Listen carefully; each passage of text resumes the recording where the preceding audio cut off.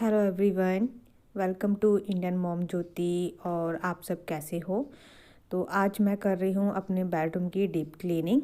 और मैंने नाश्ता कर लिया है और किचन जो है वो भी नीट एंड क्लीन कर कर आई हूँ। तो बस अभी लंच रह गया है, तो लंच बनाऊँगी बाद में। पहले सोचा कि चलो मैं अपनी बेडरूम की डीप क्लीनिंग स्टार्ट कर देती हूँ और बीच में जाके फिर मैं लंच बना लूँगी। तो धूप जो है ना काफ़ी अच्छी निकली हुई है और मैंने सोचा कि चलो जो गद्दे हैं ना इनको भी मैं धूप लगा देती हूँ जब तक मेरी सफाई होगी। और उसके बाद वो क्या कहते हैं, वैसे तो मैं अपने घर की सफाई 15 दिन में एक बार वैसे कर देती हूँ। ऊपर ऊपर से जिसे कहते हैं, जैसे फ़ैन साफ़ करना और सारी दीवारों को झाड़ना, ये वाली मतलब 15 दिन में मैं कर देती हूँ। और डीप क्लीनिंग जिसे कहते हैं वो बिल्कुल अच्छे से डीप होकर ही की जाती है। तो बस वही मैं आज स्टार्ट कर रही हूँ। और मैंने सोचा कि चलो मशीन मैंने लगा ही रखी है तो मैं पर्दे भी धो देती हूँ। बस मैं बेडरूम के ही कपड़े वॉश करूँगी और नहीं, क्योंकि अगर मैं मशीन लगाती हूँ ना तो कपड़े बहुत ज़्यादा निकल ही आते हैं। तो मैंने सोचा कि चलो बेडरूम के जो जितने भी कपड़े निकलते हैं उन सबको मैं वॉश कर दूँगी। और अब मैं जा रही हूँ, अपने जो पर्दे थे ना वो उनको मैं वॉश में डाल कर आ गई हूँ, तो वो धुल रहे हैं। और अब मैं कर रही हूँ, दीवारों को अच्छे से क्लीन कर रही हूँ। वैसे जाले वगैरह बिल्कुल भी नहीं लगे हैं। और मैंने आपको बताया भी था कि 15 दिन में एक बार मैं दीवार को अच्छे से क्लीन कर देती हूँ। बट 23 फ्लोर है तो धूल तो आ ही जाती है ना, चाहे कमरे बंद हो या ना हो, आ ही जाती है। और बस सारी दीवारें झाड़ने के बाद आपको मैं एक चीज़ बताऊं, ये है एक आपको टिक दे रही हूँ। अगर जैसे आपके घर में वाइट वॉश हो रहा है, वाइट कलर का, खासकर जो ऑफ वाइट होता है वो, तो उस पर आपने देखे होंगे कि निशान लग जाते हैं। कभी हाथ के होते हैं हमारे, कभी किसी चीज़ के लग जाते हैं। तो उनको एक आसान तरीका है, ये हमारे जो जिसे हम लिखते हैं पेंसिल, और एक होती है रबड़, तो उसी की ही हेल्प से हमें इसको धीरे धीरे, मैं आपको खुद दिखा रही हूँ, बिल्कुल धीरे धीरे अच्छे से इसको क्लीन करना है। जैसे हमें जैसे पेंसिल का हम लिखा हुआ होता है, हम उसको पेंसिल को मिटाते हैं ना, इसी तरीके से हमें इस वाली लाइन को भी ऐसे ही हमें क्लीन करनी है। तो बहुत अच्छे से हो जाएगा साफ़। तो मैंने सोचा कि चलो मैं आपको ये वाली ट्रिक दे देती हूँ, बहुत ईजी है।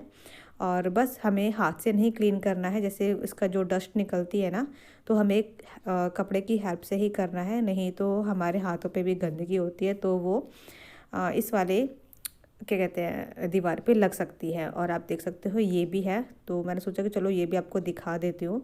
बहुत ईजी है, आप ज़रूर एक बार ट्राई ज़रूर करके देखना। और बस ऐसे ही जहाँ जहाँ मुझे लग रहे हैं ना कि वहाँ निशान दिख रहे हैं तो वो मैं कर देती हूँ, क्योंकि एक तो ये बिल्कुल ऑफ वाइट है तो बहुत साफ़ दिखाई देते हैं। और अब मैं कर रही हूँ पंखे को साफ़। और ये जो है ना पंखा, मतलब वाइट तो बहुत बहुत अच्छे लगते हैं, बट उसकी जो केयर करने की बात आती है ना तो बहुत ज़्यादा ध्यान देना पड़ता है। मुझे वाइट पंखे अच्छे लगते हैं और उनको लगाने के बाद ना एक रूम में या घर में बहुत अच्छे से क्या कहते हैं रौनक कह लो, या बहुत अच्छा सा लगता है रूम।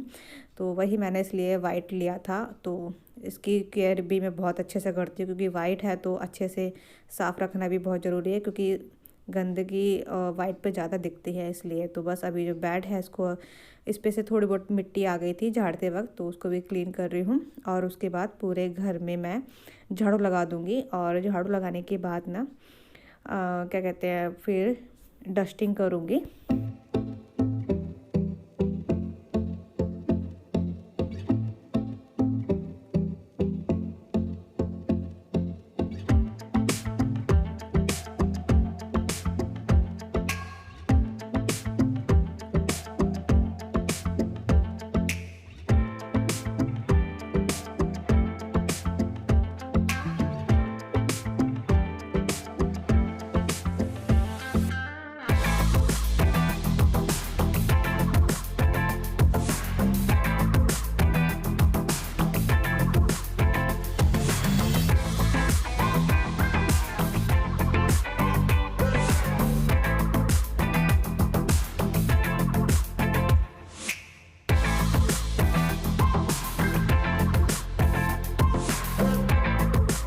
बेडरूम की डस्टिंग हो चुकी है, बस गेट रह गए हैं तो इसको भी साफ़ करना है।